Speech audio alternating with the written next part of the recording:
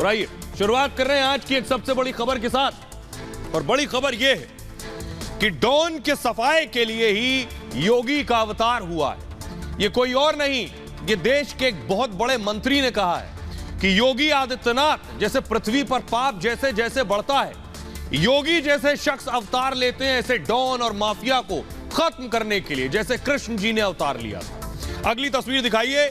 यही डर डॉन और माफिया को खाया जा रहा है कि कितने दिन और बचे हैं उसे नहीं पता। अगली तस्वीर दिखा रहा हूं, पोस्टर आप देख रहे हैं। डॉन के शूटर का इनाम जारी हुआ है, इनाम 50,000। यह पोस्टर जारी हुआ है वांछित अभियुक्त अब्दुल कवी पुत्र अब्दुल गनी, यानी जितने भी अतीक के गुर्गे, अतीक के शूटर और उत्तर प्रदेश में कानून को हाथ में लेने वाले जितने लोग थे, कोई बख्शा नहीं जाएगा। लेकिन जो बात केंद्रीय मंत्री कह रहे हैं, ऐसे ही डॉन माफिया के खात्मे के लिए क्या योगी उत्तर प्रदेश के मुख्यमंत्री बने हैं? लोगों ने उन्हें इसीलिए भेजा है कि लोगों को माफिया डॉन से छुटकारा चाहिए था। सुनिए।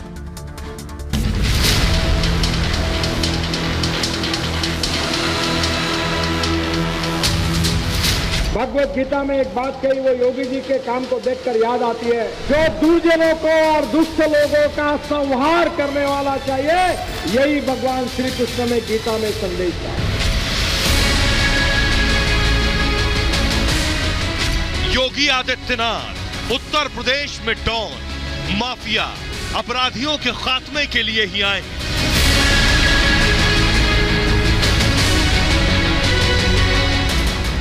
ये योगी का ही खौफ है। डॉन खुद को या तो जेल में सुरक्षित समझते हैं या उत्तर प्रदेश छोड़कर भाग खड़े होते हैं। भगवत गीता में एक बात कही, वो योगी जी के काम को देखकर याद आती है। परित्राणाय साधूनाम विनाशाय च दुष्कृताम धर्म संस्थापनार्थाय संभवामि युगे युगे। राजा ऐसा होना चाहिए जो मां बहनों की रक्षा करने वाला चाहिए। राजा ऐसा होना चाहिए जो सज्जनों की रक्षा करने वाला चाहिए। राजा ऐसा चाहिए जो अन्याय करने वाले को उखाड़ कर फेंकने वाला चाहिए। अब डॉन अतीक अहमद की उल्टी गिनती शुरू हो चुकी है। अतीक की रातों की नींद उड़ गई है। डॉन को सपने में भी योगी की पुलिस दिख रही है। डॉन अतीक ये पहले ही मान चुका है कि योगी राज में क्राइम करके उसने दुनिया की सबसे बड़ी गलती कर दी है। अब योगी के दंड से डॉन को ऊपर वाला भी नहीं बचा सकता। कानून से खिलवाड़ करते हैं, हत्या कर देते हैं, और हत्या में जो गवाह होता है उसको धमकाते हैं, तो होता क्या है कि गवाह पलट जाता है, और जब गवाह पलट जाता है तो गाड़ी पलट जाती है। अहमदाबाद के इसी साबरमती जेल में बंद है अतीक अहमद। आरोप है कि इसी जेल में बैठकर अतीक ने उमेश की हत्या का प्लान बनाया। उमेश पाल हत्याकांड के बाद जिस अतीक के गुर्गे जगह जगह भाग रहे हैं, वो इसी साबरमती जेल में बंद है। आपको बता दें, अतीक ने यहां से, क्योंकि उत्तर प्रदेश की पुलिस लगातार उसके गुर्गों को ढूंढ रही है, अतीक की पत्नी शाइस्ता परवीन भी फरार है, उसकी भी जांच की जा रही है। लेकिन अतीक अब जेल में भी डर रहा है, क्योंकि एसटीएफ की टीम अलग अलग शहरों में पश्चिमी उत्तर प्रदेश में उसके गुर्गों को ढूंढ रही है। तो आपने देखा, मृदुल साबरमती जेल में मौजूद थे जहां अतीक बंद है। लेकिन योगी की टीम क्या कर रही है, योगी की पुलिस कैसे एक्शन ले रही है, ये आपको बताते हैं। योगी आदित्यनाथ हर पल नजर बनाए हुए। उमेश पाल हत्याकांड के शूटरों की तलाश तेज हो गई है, उन्हें ढूंढा जा रहा है। यूपी पुलिस और एसटीएफ की एक दो नहीं 22 टीमें मिशन में जुटी हुई हैं। भारत और नेपाल में शूटरों की तलाश हो रही है कि ये किस कोने में भी छिपे, इन्हें ढूंढ कर लाना है। यूपी पुलिस के 1 दर्जन से ज्यादा आईपीएस एक्शन में है। 12 से ज्यादा आईपीएस सोचिए योगी ने लगा रखे हैं। पीपीएस अफसर की निगरानी में 150 से ज्यादा पुलिस जवान लगे हुए हैं। हर शूटर की तलाश में 3 टीमें लगाई गई हैं, यानी एक शूटर के पीछे योगी की 3 टीमें। 100 से ज्यादा जगहों पर छापेमारी हो चुकी है अब तक। हत्या में शामिल 5 शूटर अब तक फरार हैं, जिनकी तलाश हो रही है। बमबाज गुड्डू मुस्लिम की सर्चिंग जारी है कि वो आखिर कहां है। अतीक का बेटा असद भी अब तक फरार है। पुलिस का सर्च ऑपरेशन ताबड़तोड़ जारी है। पुलिस ने मुखबिरों के बड़े नेटवर्क से मदद ली है और इलेक्ट्रॉनिक सर्विलांस से भी पता लगाया जा रहा है कि इनकी एग्जैक्ट लोकेशन कहां है। एनकाउंटर स्पेशलिस्ट अमिताभ यश को अतिरिक्त जिम्मेदारी दी गई है। अब जरा सुनिए, उमेश पाल की मां को योगी से उम्मीद है, योगी से आश है। वो कह रही है बाबा से मेरा कहना है कि बाबा शांति से ना बैठें, एक्शन जरूर लें। सुनिए। आदि जी मुख्यमंत्री जी करेंगे, हम लोगों को कोई ताकत नहीं है। उन लोगों ने मेरे बेटे को मारा है, अब वो इंसाफ करें कि मेरे बेटे के हत्यारों को मारे। बस मेरी यही एक दिली इच्छा है। जिस दिन ये मारे जाएंगे उस दिन मेरे आत्मा को तसल्ली मिलेगी, वरना बीच नहीं मिलेगी। जिस दिन ये मारा जाएगा तो सारे देश में गुहार होगा कि अतीक अशरफ मारा गया। जिस दिन ये मारा जाएगा सुन लेंगे, आत्मा संतुष्ट हो जाएगी। अतीक व अशरफ उसके बेटों ने वो गेम रचा, उसके बेटों ने मारा। बस और जिस दिन ये मारा जाएगा उस दिन आत्मा को तसल्ली मिलेगी। और मुझे पूरा भरोसा है मुख्यमंत्री जी के ऊपर, जो भी फैसला हो मंत्री जी करे, योगीनाथ, और कौन करेगा। तो उमेश की मां को सिर्फ और सिर्फ योगी पर ही भरोसा है, लेकिन योगी से पहले सोचिए अतीक क्या करते थे। अतीक के सामने जो भी सर उठाता था वो दोबारा सर उठाने लायक रहा नहीं। मैं आपको बताने जा रहा हूं कौन कौन अतीक को आप देख रहे हैं। पहला नाम चांद बाबा अतीक के सामने खड़ा हुआ। तो कौन है चांद बाबा? प्रयागराज में 70 के दशक में चांद बाबा का खौफ हुआ करता था। 1979 में अतीक की उम्र सिर्फ 17 साल थी, 10वीं में फेल हो गया था ये, और इसके बाद अतीक लूट, अपहरण और रंगदारी वसूलने लगा। 89 में अतीक पहली बार विधायक बन गया, चुनाव लड़ा।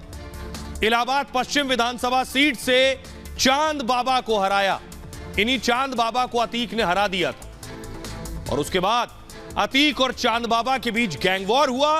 अतीक ने चांद बाबा को निपटा दिया। चुनाव जीतने के बाद चांद बाबा की दिन दहाड़े हत्या कर दी अतीक ने, सर उठाया, खत्म। दूसरा नाम देखिए जरा, अशरफ। बीजेपी नेता मुरली मनोहर जोशी के बहुत करीबी हुआ करता था अशरफ। 2004 में अशरफ की हत्या में अतीक का नाम सामने आया। हत्या में लगातार नाम आने के बाद अतीक डॉन बन गया। अगला नाम नस्सन, सर उठाया। 2002 में अतीक पर नस्सन की हत्या का भी आरोप लगा। अगला नाम राजू पाल। 2004 में राजू पाल और अतीक दोस्त बन गए थे। अतीक अहमद फूलपुर लोकसभा से सांसद चुना गया और इलाहाबाद की पश्चिम सीट से अतीक ने इस्तीफा दे दिया तो राजू पाल चुनाव लड़े, और दूसरी तरफ अतीक ने अपने भाई अशरफ को भी उतार दिया। राजू पाल बीएसपी से चुनाव लड़े। उपचुनाव में बीएसपी के टिकट पर राजू पाल ने चुनाव जीत लिया और अतीक का भाई अशरफ चुनाव हार गया। बस यहीं से अतीक के लिए राजू पाल दुश्मन बन गया। विधायक बनने के 3 महीने के अंदर राजू पाल की भी हत्या हो गई। जिसने सर उठाया वो खत्म। राजू पाल केस में अतीक अशरफ सहित कई पर केस दर्ज हुए। अतीक अहमद फूलपुर लोकसभा से सांसद चुना गया उसके बाद। और अगला नाम जिसके बाद अतीक और अतीक के पूरे परिवार की छानबीन, खोज जारी है, उमेश पाल। राजू पाल मर्डर के गवाह थे उमेश पाल, और उमेश पाल की भी हत्या करवा दी। राजू पाल मर्डर के 18 साल बाद उमेश की हत्या हो गई। साबरमती जेल से ही अतीक ने यह पूरा हत्या का प्लान बनाया। अतीक के बेटे असद और शूटरों ने इस हत्या को अंजाम दिया था। तो सोचिए जरा, जो जो सर उठाता है वो खत्म कर दिया जाता है। ये योगी से पहले का दौर था। लेकिन अतीक का एक ऑडियो मैं आपको सुनवाने जा रहा हूं। फोन, डॉन ने जब फोन लगाया एक को धमकाने के लिए, सुनिए जरा डॉन अतीक अहमद की पूरी बातचीत।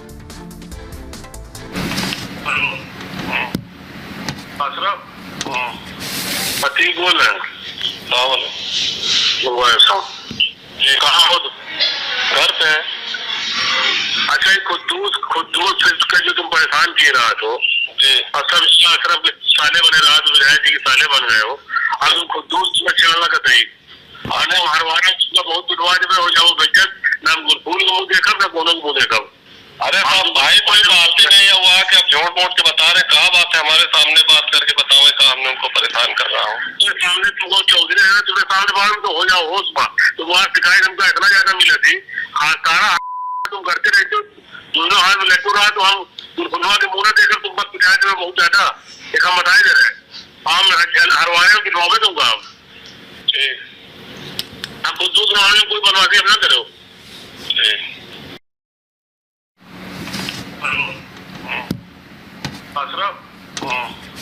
पति बोल रहे हैं, जी कहाँ हो तुम? घर पे है। अच्छा ये खुद से जो तुम परेशान किए रहा तो जी, और सब सिर्फ साले बने रहा तो विधायक जी के साले बन गए हो, और तुम खुद में चलना का सही आने हरवाने बहुत विवाद में हो जाओ बेइज्जत, ना फूल को मुँह देखा ना कोनो को मुँह देखा। अरे भाई कोई बात ही नहीं है, वो आके आप झूठ मूठ के बता रहे, कहाँ बात है, हमारे सामने बात करके बताओ कहाँ हमने उनको परेशान कर रहा हूँ। सामने तुमको चौधरी है तुम्हें सामने बाहर तो हो जाओ होश में। तो वहाँ शिकायत हमको इतना ज्यादा मिला थी, हाँ सारा तुम करते रहते हो, दोनों हाथ लेटू रहा तो हम खुलवा के मुंह देकर तुम बात शिकायत में बहुत ज्यादा एक हम बताए दे रहे हैं, हम हरवाने की नौबे दूंगा हम। ठीक, आप खुद दूसरा कोई बनवासी हम ना करो। तो आपने सुन लिया, अतीक जिस शख्स को धमका रहा था उससे कह रहा था कि वो उसके भाई के नाम पर कैसे लोगों को धमका रहा है। लेकिन आपको मैं बताऊं कि अतीक ने केवल अपने दौर में जो किया सिर्फ इतना ही नहीं है, एक दौर यह था कि जब अतीक ने सोनिया गांधी एंड फैमिली को भी टेंशन दे दी, उनकी जमीन भी कब्जा ली थी। देखिए जरा, ये आप देख रहे हैं, ये मैं आपको दिखा रहा हूं, अतीक घर के आगे खटिया डालकर बैठा है। ये घर किसका था ये भी आपको बताऊंगा। सोनिया और मनमोहन सिंह टेंशन में आ गए थे। सोनिया के करीबी रिश्तेदार की प्रॉपर्टी अतीक ने हड़प ली थी। प्रयागराज में अतीक के गुर्गों ने दरअसल ताला लगा दिया था, और उस दौरान सोनिया गांधी कांग्रेस की चेयरपर्सन हुआ करती थी। केंद्र में कांग्रेस की ही सरकार थी उस दौर में। उत्तर प्रदेश में मुलायम सिंह यादव मुख्यमंत्री थे। अतीक अहमद समाजवादी पार्टी से सांसद था। 2007 के उत्तर प्रदेश विधानसभा चुनाव से यह पहले का मामला है, और अतीक के खिलाफ उत्तर प्रदेश में कोई केस दर्ज करने को तैयार नहीं था। केस तक दर्ज नहीं हो रहा था। सोनिया गांधी को इसकी जानकारी मिली और सोनिया गांधी ने पीएमओ को इसकी जानकारी दी। इसके बाद पीएमओ एक्टिव हो गया। अब जमीन किसकी थी समझिए जरा। वीरा गांधी की प्रॉपर्टी पर कब्जा कर लिया था अतीक ने। फिरोज गांधी के बहनोई के भतीजे की पत्नी वीरा गांधी, जिनकी जमीन पर अतीक ने ताला लगा दिया था, उनके मकान में प्रयागराज के सिविल लाइंस इलाके में यह प्रॉपर्टी हुआ करती थी। पीएमओ ने दखल दिया और दखल के बाद अतीक ने जमीन छोड़ी थी। बाद में वीरा ने इस प्रॉपर्टी को बेच दिया और मुंबई शिफ्ट हो गई। अतीक, उनके गैंग, उनके गुर्गे, ये सिर्फ सोनिया गांधी के साथ या किसी और के साथ नहीं। सोचिए, जब सोनिया गांधी एंड फैमिली और उनसे जुड़े लोगों के साथ ये कर सकते हैं, तो आम लोग जिनकी जमीनें, जिनकी प्रॉपर्टी, जिनके घर हैं, उनकी जमीनें कैसे ये और इनके गुर्गे कब्जा लिया करते थे, ये सोचिए जरा। और योगी के आने के बाद स्थिति यह है कि डॉन तो डरा है, डॉन की पत्नी को भी डर है, शाइस्ता भी डरी हुई है, और डर इस कदर है कि उन्हें लग रहा है कि इनकी गिरफ्तारी हो सकती है। पहले तो ये चिट्ठियां लिखती रही कि योगी जी एनकाउंटर ना हो जाए, उसके बाद पता चला साजिश में शामिल थी तो इनके खिलाफ इनाम आया, और अब गिरफ्तारी का डर है तो कोर्ट चली गई कि कहीं इनकी गिरफ्तारी ना हो जाए। ये आप देख रहे हैं अतीक की पत्नी शाइस्ता। उमेश पाल मर्डर केस में शाइस्ता परवीन की तलाश तेज हो चुकी है। शाइस्ता परवीन को गिरफ्तारी का डर सता रहा है, उन्हें लग रहा है कहीं इनकी गिरफ्तारी ना हो जाए। शाइस्ता ने हाईकोर्ट में अग्रिम जमानत याचिका लगाई है और इलाहाबाद हाईकोर्ट में याचिका लगाई है। याचिका में शाइस्ता ने खुद को कहा है, मैं बेगुनाह हूं, मुझे कुछ नहीं पता, शूटआउट केस से मेरा कोई लेना देना नहीं है, सियासी वजहों से मुझे फंसाने की कोशिश की जा रही है। प्रयागराज शूटआउट के बाद से अतीक की पत्नी शाइस्ता फरार है। शाइस्ता परवीन पर 25,000 रुपए का इनाम घोषित किया गया है। शाइस्ता पर घोषित इनाम की राशि और बढ़ाई जा सकती है। उमेश पाल केस में अतीक समेत पूरा परिवार नामजद है। शाइस्ता की अर्जी पर एक हफ्ते बाद सुनवाई की उम्मीद की जा रही है, लेकिन एक सीसीटीवी में शूटर के साथ दिख रही है शाइस्ता परवीन। शूटआउट से 5 दिन पहले के वीडियो होने का दावा किया जा रहा है। आइए मैं अब उस वीडियो को आपको दिखाता हूं। वो वीडियो कौन सा है ये आप देख रहे हैं। ये शाइस्ता नजर आ रही है और ये साबिर है जो जाकिर का भाई है। जाकिर का मर्डर हो चुका है, शाइस्ता इनके साथ थी और शाइस्ता कहनी है मैं बेगुनाह हूं। अगली तस्वीर दिखाई जरा। ये जो शूट आउट हुआ, इस पूरे शूट आउट में 1 करोड़ 20 लाख रुपए का खर्च आया था। जो जानकारी मिल रही 1 करोड़ 20 लाख का खर्च आया और फाइनेंस एक बिल्डर ने किया था। यानी उमेश पाल की हत्या के लिए जो पैसे जुटाए गए थे वो एक बिल्डर ने दिए थे। कहां से आए ये पैसे ये आपको बताता हूं। पैसे लेने अतीक का बेटा असद गया था। अतीक का करीबी है बल्ली पंडित, जिसकी गिरफ्तारी हो चुकी है, जो अतीक की पत्नी शाइस्ता के साथ उस भीड़ में भी मौजूद था। पूछताछ में, पुलिस पूछताछ में बल्ली ने बहुत बड़ा खुलासा किया है। उसने कहा कि लखनऊ के बिल्डर ने मर्डर के लिए सारा पैसा दिया था। बिल्डर कौन है पुलिस ढूंढ रही। उमेश पाल की हत्या के लिए 1 करोड़ 20 लाख रुपए दिए गए। शूटआउट में 15 दिन पहले असद को ये पूरे पैसे दे दिए गए थे। लखनऊ से पैसे लेकर अतीक का बेटा असद प्रयागराज आ गया। बिल्डर की फॉर्च्यूनर गाड़ी थी, उसी को चलाकर लखनऊ से प्रयागराज आ गया। असद ने शूटर सदाकत, गुलाम और दूसरे शूटर के साथ प्रयागराज में मीटिंग की। इसके बाद प्रयागराज से फिर यह लखनऊ चला गया और 22 फरवरी को लखनऊ से फिर प्रयागराज आ गया। ये जमीनी स्तर पर गुलाम ने पूरा मास्टर प्लान बनाया। सदाकत ने हथियार, गोली और बम मुहैया करवाए। प्लान के मुताबिक कोशिश यह थी कि पहले उमेश पाल को कोर्ट में घेर लिया जाए। कोर्ट में घेराबंदी करनी थी, लेकिन वकीलों के बीच होने से ए प्लान रोक दिया गया कि वहां वकील भी बहुत से होंगे। प्लान बी पर काम किया गया। असद और शूटर ने प्लान बी पर फोकस किया। उमेश पाल के घर के करीब दुकान पर सभी पहुंच गए। उमेश पाल के कोर्ट आने का इंतजार करने लगे कोर्ट से कि उमेश पाल आए। उसके बाद इस शूटआउट को अंजाम दिया गया। यही हुआ था उस एनकाउंटर के दौरान भी। लेकिन इस साजिश में जितने लोग शामिल थे, चाहे वो अतीक हो, अतीक का बेटा असद हो, या फिर अतीक का भाई डॉन का भाई अशरफ हो। ये बरेली जेल आप देख रहे हैं, अशरफ इसी बरेली जेल में बंद है। और अब बरेली जेल में जितने लोगों ने अशरफ का साथ दिया उन सब पर एक्शन हो रहा है। चाहे वो जेलर हो या जेल में काम करने वाले बाकी कर्मचारी, उन सब पर एक्शन हुआ है, कड़ा एक्शन हुआ है। क्या एक्शन हुआ ये मैं आपको बताने जा रहा हूं। कार्रवाई की गई है, यानी जो भी इसमें मिला है उन सब को बख्शा नहीं जाएगा। क्या एक्शन हुआ देखिए, ये आप देख रहे हैं, ये अतीक अहमद और ये उनका भाई अशरफ। उमेश पाल केस में बरेली जेल के 5 अधिकारी सस्पेंड कर दिए गए। इस जेल के अतीक के भाई अशरफ से शूटर की मुलाकात करवाई गई थी, यानी यहां तक शूटर पहुंचे थे आकर। जेल से लेकर, जेलर से लेकर जेल वार्डन पर कार्रवाई हुई है। बरेली जेल के जेलर राजीव मिश्रा को सस्पेंड कर दिया गया है। डिप्टी जेलर जो बरेली जेल के थे उन पर एक्शन हुआ है। दुर्गेश प्रताप सिंह निलंबित कर दिए गए हैं। हेड जेल वार्डन को भी सस्पेंड कर दिया गया है। अतीक का भाई अशरफ इसी बरेली जेल में बंद है। पुलिस ने बरेली से 6 लोगों को अब तक गिरफ्तार किया है। पुलिस ने सिपाही, प्रॉपर्टी डीलर को भी अरेस्ट किया है। बिना पर्ची अतीक के भाई अशरफ से मुलाकात करवाई जा रही थी, जिससे पता ना चले जेल में कौन आ रहा है, कौन जा रहा है। ऐसे सभी लोगों की गिरफ्तारी हुई है। बरेली के बाद पीलीभीत में हुई थी सिपाही की तैनाती। पीलीभीत से गिरफ्तारी के बाद से पूछताछ चल रही है उस सिपाही से जो यहां पहले तैनात था। इस बीच बहुत बड़ी खबर आ रही है, आपको बता दें, बहुत बड़ी खबर यह है कि इनाम की राशि बढ़ा दी गई है। जी हां, अतीक के बेटों समेत 5 पर इनाम की राशि बढ़ा दी गई है।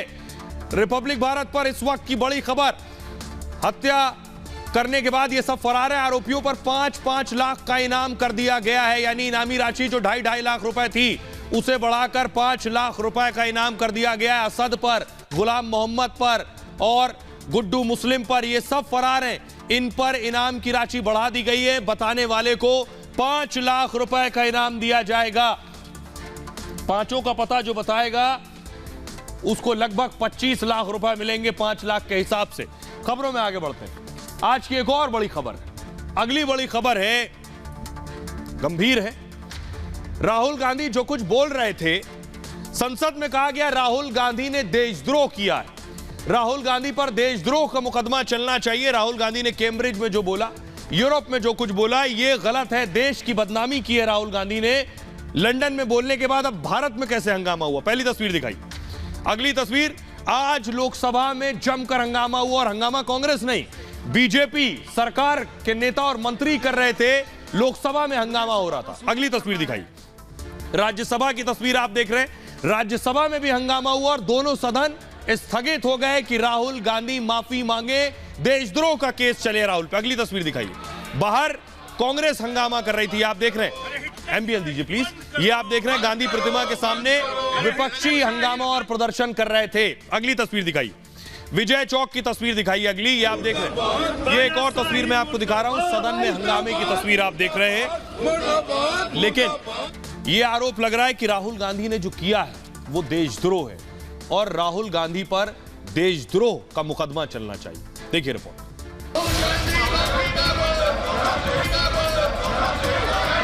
इन पर तो देशद्रोह का मुकदमा चलना चाहिए, माफी मांगनी चाहिए। क्या राहुल गांधी ने देशद्रोह किया है?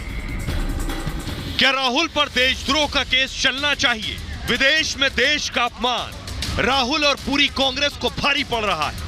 संसद में तलवारें खिंच गई, सत्ता पक्ष और विपक्ष आमने सामने। संसद में हंगामे के बाद लोकसभा और राज्यसभा को कल तक के लिए स्थगित करना पड़ा। सभा की कार्रवाई 2 बजे तक के लिए स्थगित की जाती है। बीजेपी पूरी तरह से हमलावर थी। सरकार के 2 बड़े मंत्रियों ने राहुल के बयान को देशद्रोह वाला बयान बताया और उनके खिलाफ कार्रवाई की मांग की है। जिस ढंग से लोकतंत्र को अपमानित करते हैं, जिस ढंग से देश को गाली देते हैं, ये टुकड़े टुकड़े गैंग की भाषा बोलते हैं, ऐसे तो इनके ऊपर देशद्रोह का मुकदमा। पूरे देश और हर भारतवासी का उन्होंने माफी मांगनी चाहिए, उन्होंने यहाँ के सेना की माफी मांगनी चाहिए। ऐसा शायद ही देखने को मिलता है जब सत्ता पक्ष के हंगामे की वजह से सदन को स्थगित करना पड़ा। 2 बजे तक के लिए स्थगित की जाती है। देखिए राहुल गांधी ने कहा क्या, जिस पर कहा जा रहा है कि राहुल गांधी पर देशद्रोह यानी देश के खिलाफ द्रोह किया है राहुल गांधी। राहुल गांधी ने कहा लोकतंत्र खतरे में है, स्वतंत्र एजेंसियों पर सरकार ने कब्जा कर लिया है, जिसकी वजह से देश का लोकतंत्र खतरे में पड़ गया है। राहुल गांधी ने कहा न्यायपालिका खतरे में, विभिन्न संस्थानों पर सरकार ने कब्जा कर लिया है, संसद, कोर्ट, चुनाव आयोग, प्रेस सब कब्जे में है। इससे हिंदुस्तान का लोकतंत्र प्रभावित हो रहा है। यह सब विदेशों में कह रहे थे राहुल गांधी। राहुल गांधी ने कहा विपक्ष की आवाज दबाई जाती है, विपक्ष के खिलाफ फर्जी मामले हो रहे हैं, मुद्दों की बात करने पर जेल में डाला जा रहा है। ये सब विदेश में बोल रहे थे। मेरे खिलाफ कई क्रिमिनल केस दर्ज कर लिए गए हैं, मेरे फोन की जासूसी हुई, फोन रिकॉर्ड किया गया। यह राहुल गांधी ने कहा। राहुल गांधी ने कहा संसद में पक्षपात होता है, संसद में विपक्ष को बोलने नहीं दिया जाता, जब वो बोलते हैं तो माइक बंद कर दिया जाता है, और देश में लोकतांत्रिक व्यवस्था तहस नहस हो गई है। दुनिया को भारत में लोकतंत्र को बचाना चाहिए। अमेरिका और यूरोप से कह रहे थे आइए लोकतंत्र बचाइए। अल्पसंख्यक निशाने पर हैं, अल्पसंख्यकों पर हमले किए जा रहे हैं, उन्हें फर्जी मुकदमों में फंसाया जा रहा है, ईडी सीबीआई का गलत इस्तेमाल हो रहा है।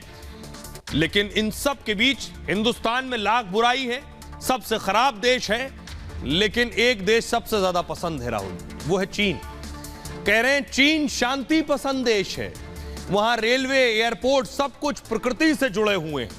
9/11 के हमले के बाद अमेरिका ने सख्ती की है, बाहरी लोगों को अपने यहां नौकरी देना कम किया है। तब चीन की सरकार ने सद्भाव बढ़ाने का काम किया है। अब राहुल गांधी खुद ही समझ सकते हैं, बाकी देश के लोग तो नहीं समझ पाएंगे। जरा सुनिए क्या कहा राहुल ने। How would you react if democracy suddenly disappeared in Europe? Right? You'd be shocked and you'd be like, oh my God, that's a massive blow to democracy. Well, how would you react if something, a structure 3.5 times Europe suddenly went non-democratic? Right? That's happened already. That's not something that is going to happen in the future. That's already happened.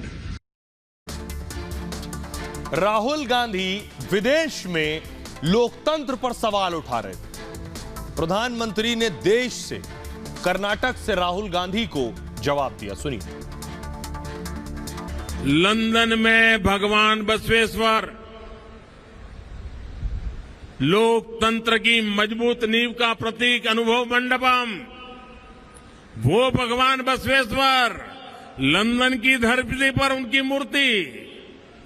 लेकिन ये दुर्भाग्य है कि London में ही भारत के लोकतंत्र पर सवाल उठाने का काम किया गया।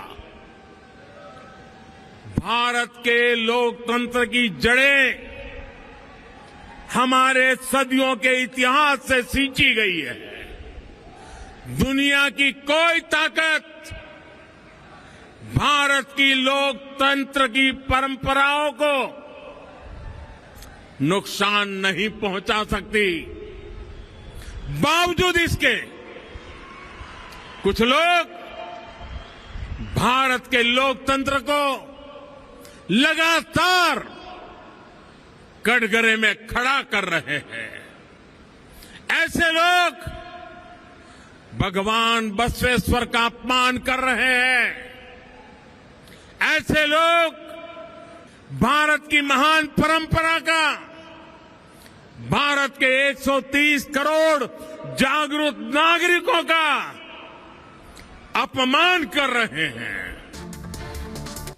अब अमूमन संसद में आप देखते हैं कांग्रेस विरोध कर रही होती है, लेकिन अब बीजेपी सवाल कर रही है, कह रही इतनी आसानी से जाने नहीं देंगे जो राहुल गांधी ने किया है। बीजेपी कह रही है कि राहुल गांधी माफी मांगे, देश से माफी मांगे राहुल गांधी। बीजेपी कह रही है राहुल संसद में आए और माफी मांगे सबके बीच में, क्योंकि राहुल ने देश का अपमान किया है। विदेशी धरती पर उन्होंने सबसे बड़ा झूठ बोला है जाकर, उन्होंने विदेश में भारत का मजाक बनाया है और देश की संवैधानिक संस्थाओं पर सवाल उठाए हैं। राहुल ने कश्मीर पर भी जाकर आपत्तिजनक बयान दिया। विदेश में कश्मीर में आतंकी हिंसा को तथाकथित हिंसा बताया था। राहुल टुकड़े टुकड़े गैंग के इशारे पर काम कर रहे हैं। बीजेपी का कहना है विदेशी ताकतों को देश में दखल देने की बात कर रहे हैं कि अमेरिका आए, ब्रिटेन आए और भारत का लोकतंत्र बचाए। ब्रिटेन में राहुल गांधी का बयान देश के खिलाफ है। राहुल माफी मांगे, नहीं तो देशद्रोह का मुकदमा चले राहुल गांधी पर। अब जरा सुनिए सियासतदान, चाहे वो बीजेपी हो और कांग्रेस, क्या कह रहे हैं उनके नेता। राहुल गांधी ने विदेश की धरती पर भारत को शर्मसार किया। उनका ये कहना कि अमेरिका और यूरोपियन कंट्री को भारत के लोकतंत्र के गिरावट का ध्यान देना चाहिए, इसका मतलब क्या है? क्या वो हस्तक्षेप चाहते हैं? भारत का लोकतंत्र मजबूत है। भारत का लोकतंत्र भारत की परंपरा से आगे बढ़ता है। हमारे नेता राहुल गांधी जी के खिलाफ Rajnath Singh ji, parliament affairs minister Prahlad बाबू बेबुनियाद आधारहीन तथ्यों को सामने रखते हुए एक के बाद एक इल्जाम लगाते हैं। ये विरोध करना हमारे भी फर्ज होते हैं। राहुल जी ने क्या कहा है बाहर विदेश में जो यहाँ नहीं कहा है, और जो कुछ झूठ तो नहीं बोला है उन्होंने, वो वास्तविकता कहा है, जो वास्तविक है, जो हकीकत है, उन्होंने ये कहा है। तो माफी किसी बात के लिए माफी मांगने की कोई जरूरत नहीं है। ये सब एक रणनीति थी। मुझे लगता है कि बाहर विदेश में जो भी उनका कार्यक्रम देखे, सबसे पहला सवाल राहुल गांधी से यही होना चाहिए कि आप पहले ये बताइए कि जो जिम्मेदारी आपकी पार्टी के पास है उस राजस्थान में इतने खराब हालत कैसे हैं, आप सबसे पहले तो वो बताइए। जब आप देश और दुनिया की बात बाद में करिएगा, पहले अपने राज्यों की बात करिए, अपनी जिम्मेदारी की बात करिए जिसे आप निभा नहीं पा रहे। राहुल गांधी जी ने ना कहा जो भाजपा कह रहे हैं कि उसने कहा था। आप उनकी भाषण सुन लीजिए, उसने स्पष्ट से कहा कि ये विषय भारतीय विषय है, हमारी जिम्मेदारी है भारत में इस पे कार्रवाई करने के लिए।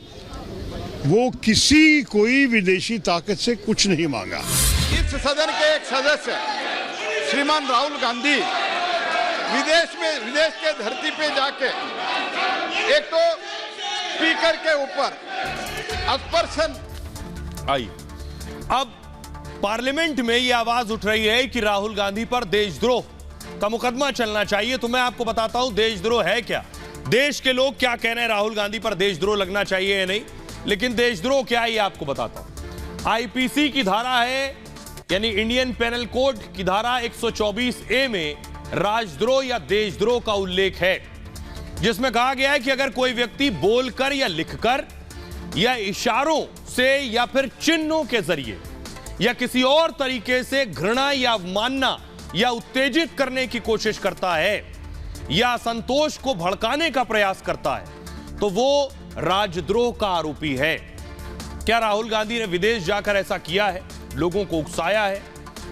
सजा इसमें देशद्रोह पर 3 साल की जेल है, आजीवन जेल की सजा भी हो सकती है और गैर जमानती अपराध की कैटेगरी में आता है देशद्रोह। गुनाहगारों को सरकारी नौकरी नहीं मिल सकती है। इसके बाद देशद्रोह के गुनाहगार का पासपोर्ट भी रद्द हो जाता है।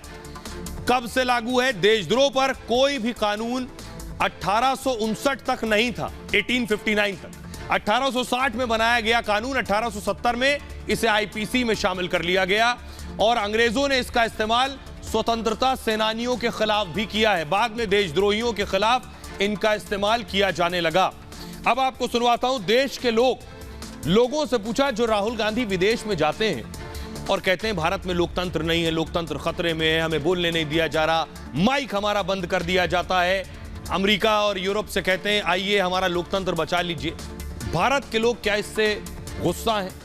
वो क्या कहते हैं राहुल के इन बयानों पर? क्या राहुल पर देशद्रोह लगना चाहिए, मुकदमा चलना चाहिए? सुनिए।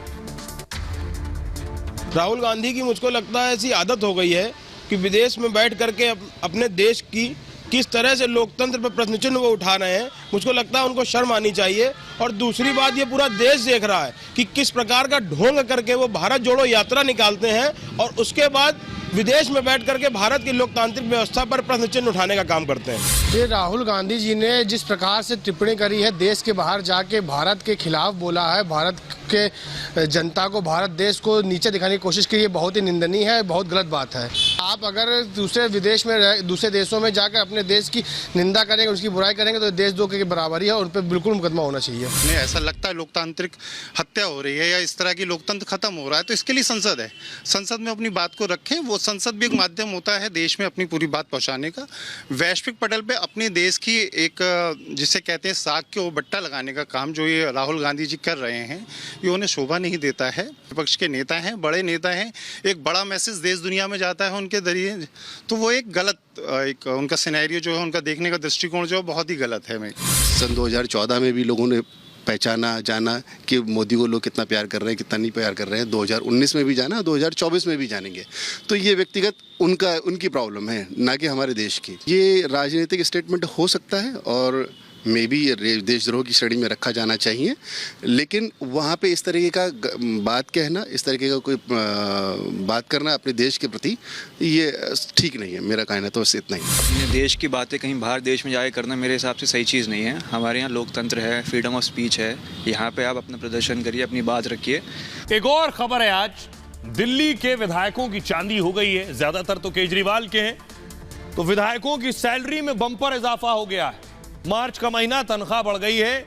ये दिल्ली विधानसभा की तस्वीर मैं आपको दिखा रहा हूं, अगली तस्वीर दिखाइए जरा। विधायकों की बल्ले बल्ले है और कितनी तनख्वाह बढ़ी है ये मैं आपको बताने जा रहा हूं। मंत्रियों की तनख्वाह बढ़ी है, विधायकों की तनख्वाह बढ़ी है, तो संभव है केजरीवाल के जो मंत्री हैं उन्हें अब ज्यादा सैलरी मिलेगी। तो कितनी बढ़ोतरी की गई है? 66%, 66% की बढ़ोतरी की गई है। इतने परसेंट का इंक्रीमेंट मिलता नहीं आसानी से, 66% इंक्रीमेंट मिला। भत्तों के साथ हर महीने अब 1,70,000 रुपए तनख्वाह मिलेगी, 1,70,000। विधायकों की पहले सैलरी हुआ करती थी 54,000 रुपए, अब विधायकों को 90,000 सैलरी मिलेगी। ये सिर्फ सैलरी है, बहुत से अलाउंसेस मिलते हैं। मूल वेतन 12,000 से बढ़कर 30,000 हो गया है। निर्वाचन भत्ता 18,000 से बढ़कर 25,000 कर दिया गया है।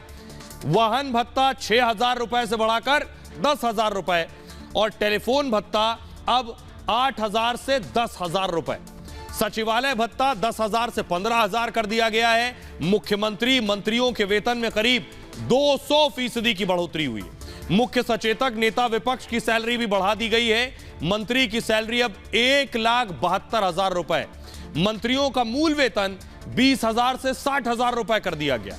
निर्वाचन क्षेत्र भत्ता 18,000 से 30,000। सचिवालय सहायता भत्ता 25,000 रुपए। दैनिक भत्ता 1,000 रुपए से बढ़ाकर 1,500 रुपए।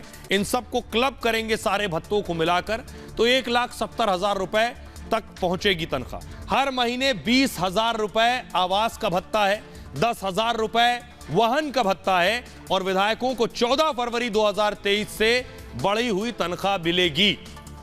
आइए अब मैं आपको दिखाने जा रहा हूं वो नोटिफिकेशन जो जारी हुआ है। ये आप देख रहे हैं विधायकों की तनख्वाह बढ़ाने का मेंबर ऑफ लेजिस्लेटिव असेंबली का ये नोटिफिकेशन है जो मैं आपको दिखा रहा हूं। लेकिन अब मैं आपको दिखाता हूं पूरे देश में अलग अलग राज्यों में आपके एमएलए की सैलरी कितनी है।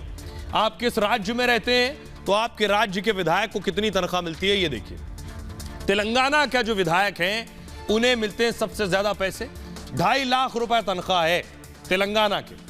मध्य प्रदेश के विधायकों की तनख्वाह है 2,10,000 रुपए। उत्तर प्रदेश के जो विधायक हैं उन्हें मिलते हैं 1,87,000 रुपए।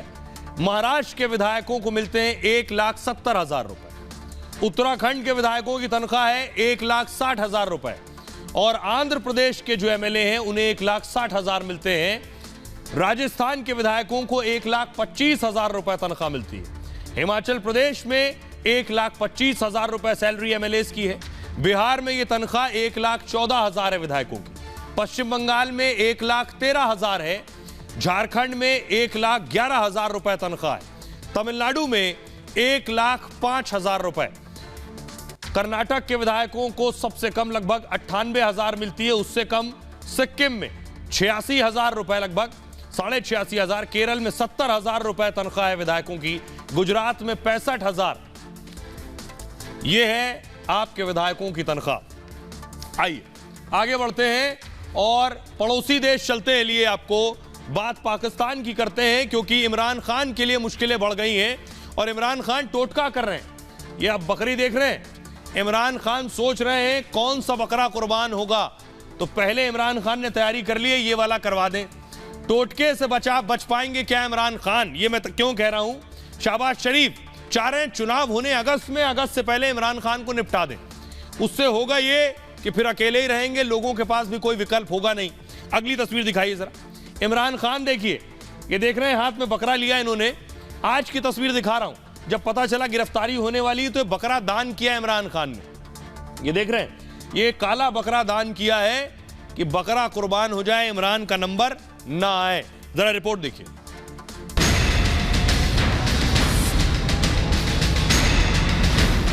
कहते हैं बकरे की अम्मा कब तक खैर मनाएगी। पाकिस्तान में इमरान खान की हालत इन दिनों कुछ ऐसी ही है। गिरफ्तारी का डर और खौफ इमरान खान को इतना है कि काले बकरे का दान कर रहे हैं। नियाजी खान बकरे का दान कर रहे हैं, लेकिन उनकी हालत खुद उस बकरे जैसी है जिसकी कुर्बानी की बारी आने वाली है, जो ऊपर वाले से बस अपनी खैर मना रहा है। तो इनका अब मुसीबत पड़ गया है कि अंपायर साथ मिला के भी ये मैच नहीं जीता जा रहा, लिहाजा अब इमरान को रास्ते से हटाया जाए, कत्ल करो या उसको जेल में डालो। ये मैच वो है, ये जो मर्जी कर लें, ये नहीं आप जीत सकते क्योंकि अवाम इधर आके खड़ी हो गई है और ये अवाम को भेड़ बकरियां समझते हैं। ये समझते हैं झूठ बोल के ये सारा जो टीवी चैनल्स इन्होंने साथ मिलाई हुई हैं। इमरान दावे तो बड़े बड़े करते हैं, वो जेल भरने और गिरफ्तारी का खुला ऐलान करते हैं, लेकिन जब पुलिस गिरफ्तार करने आती है तो कभी भीड़ का सहारा लेते हैं तो कभी बकरे का। अब देखिए जरा इमरान की स्थिति क्या है, ये आपको बताने जा रहा हूं। देखिए पाकिस्तान में क्या हो रहा है, ये आप देख रहे हैं। पाकिस्तान में इमरान खान लाहौर में रैली निकाल रहे थे। ये रैली इमरान खान को डर है उनकी गिरफ्तारी हो सकती है, तो लाखों की भीड़ को सड़क पर उतार लिया कि अगर इमरान खान की गिरफ्तारी हो तो कम से कम ऐसा लगे कि इमरान खान ने बहुत बड़ी कोई जंग जीती है, लोग सड़कों पर निकले और विरोध करें। अगली तस्वीर दिखाइए। ये आप देख रहे हैं, इमरान खुद रैली में मौजूद थे। इमरान खान को आप देख पा रहे हैं, खुद रैली में पहुंचे थे। और अब तैयारी ये है कि इमरान खान को पता है कि उनकी गिरफ्तारी होनी है। गिरफ्तारी से पहले इमरान खान चाह रहे हैं या तो उन्हें शहीद का दर्जा मिल जाए कि एक नेता उनके लिए कुर्बान हो गया। किसी भी वक्त अरेस्ट हो सकते हैं इमरान खान। इस्लामाबाद से पुलिस की टीम लाहौर पहुंची है, बाकायदा हेलीकॉप्टर से लाहौर पहुंची है, लेकर इमरान खान के घर पहुंची। इमरान के खिलाफ गैर जमानती वारंट जारी हुआ है। इस्लामाबाद की अदालत ने यह वारंट जारी किया है। 29 मार्च तक उन्हें कोर्ट में पेश करने का आदेश दिया गया। महिला जज को धमकाने के मामले में यह कार्रवाई हुई है। 2022 में इमरान ने महिला जज को धमकी दी थी। जज जेबा चौधरी को कहा था देख लूंगा तुम्हें, देख लेने की धमकी जज को दी थी। इमरान पर आतंकवाद की धाराओं में केस दर्ज हुआ। अदालत की अवमानना के भी दोषी करार दिए गए। सोमवार को इसी मामले में कोर्ट में पेशी थी, लेकिन इमरान खान अदालत में पेश नहीं हुए। सुरक्षा के चलते पेशी से छूट की मांग की थी, लेकिन उनके वकील ने कहा कि इमरान की उम्र 71 साल है। इमरान के पैर में प्लास्टर का हवाला दिया उसने, और जज ने कहा इमरान का अब कोई बहाना नहीं चलेगा, 2 बार बहाने बना चुके हैं। अदालत ने इमरान की याचिका खारिज कर दी और इमरान को फौरन अरेस्ट करने की बात की गई। इमरान पर गिरफ्तारी की तलवार लटक रही है। भीड़ की ओट में पुलिस से बचने में लगे इमरान खान। इमरान वारंट जारी हुआ तो इमरान ने रैली का प्लान बना लिया फौरन। हजारों समर्थकों के साथ इमरान खान रैली करने निकल पड़े। पुलिस और कमांडो की टीम इमरान पर नजर रख रही है। भीड़ कम होते ही इमरान दबोचे जा सकते हैं, कभी भी गिरफ्तारी हो सकती है। आइए अब मैं आपको दिखाता हूं कि इस्लामाबाद की हालत क्या है। इस्लामाबाद में कैसे लोग सड़कों पर निकले हैं इमरान के समर्थन में, क्योंकि पाकिस्तान में जो हालात हैं, जो गुर्बत, गरीबी, मुफलिसी जो है, उस हालत में लोगों को लग रहा है कि शहबाज शरीफ के आने के बाद और बुरे दिन आ गए, तो अब लोग इमरान के साथ आकर खड़े हो रहे हैं। सुनिए जरा क्या कह रहे हैं। जो हर जगह पे कानून की, आइन की और पाकिस्तान के अदालती निज़ाम की धज्जियां उड़ाता हुआ नजर आता है, और उसके बावजूद भी वो शख्स फिर भी आज दंदनाता फिर रहे हैं। अगर आपने चोरी की है तो आप फिर भी भाग रहे हैं ना। अगर चोर हैं आप, दाल में कुछ काला है, तो आप इस अदालत से भाग रहे हैं। गिरफ्तारी हो तो कोई फर्क नहीं पड़ता, ना हो तो कोई फर्क नहीं पड़ता। अगर हो तो फिर आप ये समझें कि ये डब्बे जो है उनके भरे हुए निकलेंगे। अगर मैं इमरान खान की जगह होता तो इस वक्त दे चुका होता खुद जाके थाने में गिरफ्तारी, और शायद मैं 18 या 20 या 21 को गिरफ्तार हो जाऊं, रोजे भी जेल में रखूं। ये चोर है, डाकू हैं, लुटेरे हैं, बेईमान हैं। एक साईं बादशाह आदमी को आप देखें, पिंडी के सारे साईं जो हैं, जो अल्लाह लोग हैं, वो लाल हवेली के नीचे होते हैं। जो से आजादी ली, गोरों के गुलाम हो गए। अल्लाह बचाएगा, आप ये हमें मिलेगी आजादी। आइए अब मैं आपको बताने जा रहा हूं इमरान खान एक और मामले में लपेटे में। तोशखाना, ये आप तस्वीरें देख रहे हैं, तोशखाना की तस्वीरें, जहां बहुत से गिफ्ट के सामान रखे जाते हैं। ये आप देख रहे हैं, बंदूक आप देख रहे हैं AK-47 सोने की। उसके बाद आप ये महंगी घड़ियां देख रहे हैं। ये सारी चीजें गायब हो गई और पाकिस्तान के यही प्रधानमंत्री, राष्ट्रपति गायब कर ले गए। सबसे पहले इमरान खान के बारे में आपको बताता हूं, इमरान खान क्या क्या ले उड़े। इमरान खान पर दरअसल आरोप है, ये आप देख रहे हैं, ये तोशखाने की तस्वीरें मैं दिखा रहा हूं, ये सब कुछ तोशखाने में था। पाकिस्तान का सबसे ज्यादा नेताओं ने ही लूटा है। तोशखाने के रिकॉर्ड से यह खुलासा हुआ है। तोशखाना पाकिस्तान का एक बेशकीमती कमरा है और विदेश से मिले महंगे महंगे गिफ्ट इसी कमरे में रखे जाते हैं। पाकिस्तान के पीएम को तोशखाने में रखे जाने वाले गिफ्ट जो थे वो तोशखाने में रखे गए। ये गिफ्ट पाकिस्तान में सरकारी संपत्ति मानी जाती है। गिफ्ट को लेने के लिए इसकी कीमत देनी पड़ती है, लेकिन नेताओं ने तोशखाने को लेकर धोखा किया। क्या धोखा किया? इस मामले में इमरान के खिलाफ वारंट जारी हुआ। इमरान ने पाकिस्तान को 8 करोड़ की चपत लगा दी, 8.5 करोड़ की घड़ी ले ली, 56 लाख का कफलिंग ले लिया, 15 लाख का पेन ले लिया, 85 लाख की अंगूठी ले ली, यानी तोशखाने से 10 करोड़ रुपए के गिफ्ट ले लिए और बदले में तोशखाने को लौटाए 2 करोड़ रुपए। तो ये सिर्फ इमरान की बात है। अब मैं आपको बताता हूं नवाज शरीफ ने क्या किया। ये तो इमरान खान ने किया, नवाज शरीफ ने कैसे लूटा ये मैं आपको बताता हूं। पिलर ग्राफिक से कम फास्ट ये मैं आपको दिखाने जा रहा हूं। नवाज शरीफ ने क्या किया। पीएम रहते नवाज शरीफ ने फायदा उठाया। शरीफ ने 11 लाख की रोलेक्स घड़ी ली, 25,000 के कफलिंग और पेन ले लिए, 15,000 के कुवैत के स्मारक के सिक्के ले लिए, यानी तोशखाने से 11.5 लाख रुपए के गिफ्ट ले लिए। बदले में तोशखाने पर 24,000 रुपए दिए, मतलब 11.5 लाख की लूटपाट की।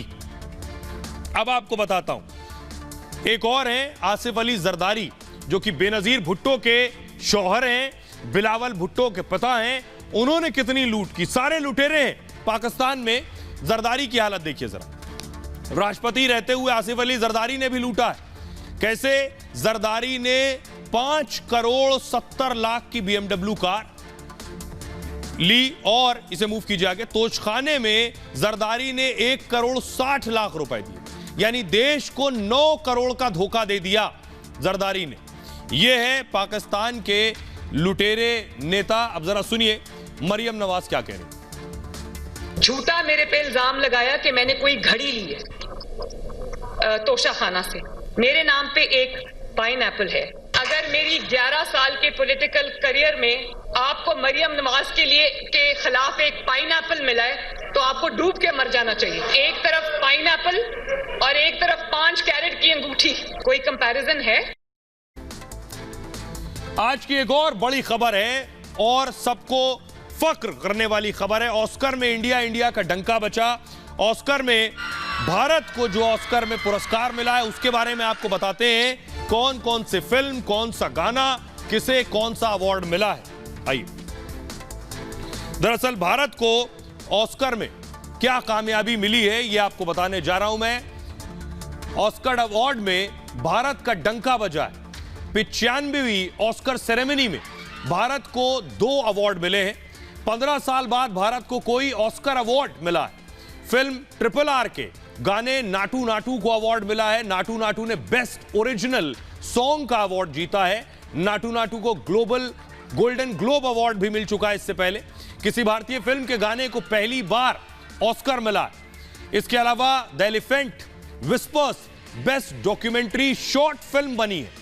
अनाथ हाथी के देखभाल पर बनी यह तमिल फिल्म है। 2 महिलाओं ने 39 मिनट ये शॉर्ट फिल्म बनाई है और उसके लिए ये पुरस्कार दिया गया है। अब आइए आपको बताता हूं कि ऑस्कर्स का मतलब क्या है, किसे दिया जाता है, किन परिस्थितियों में दिया जाता है, कैसे इसका चयन होता है। बहुत कम लोग जानते हैं इसके बारे में, तो ये देखिए जरा। ऑस्कर फिल्म जगत का यह सबसे बड़ा अवार्ड माना जाता है। हर साल अमेरिका में ऑस्कर समारोह होता है। ऑस्कर अवार्ड को ही एकेडमी अवार्ड्स भी कहते हैं। ऑस्कर जीतने वाले को इनामी राशि नहीं दी जाती है, लेकिन ऑस्कर विजेता की ब्रांड वैल्यू कई गुना बढ़ जाती है। विजेता को 13.5 इंच की यह गोल्डन ट्रॉफी दी जाती है। इस ट्रॉफी को बेचा या नीलाम नहीं किया जा सकता है। ऑस्कर विजेता और नॉमिनेटेड को गुडी बैग मिलता है। इस बैग में लाखों रुपए के गिफ्ट होते हैं। ये सारी चीजें मिलती है, लेकिन उसके साथ जो ये सम्मान है, इस सम्मान की अपने आप में बहुत अहमियत है और भारत को ये सम्मान हासिल हुआ है। इसी अच्छी खबर के साथ फिलहाल इतना ही। आप अपना बहुत ख्याल रखिए। एक छोटे से ब्रेक के लिए रुक रहे हैं, लौट रहे हैं कुछ और बड़ी खबरों के साथ।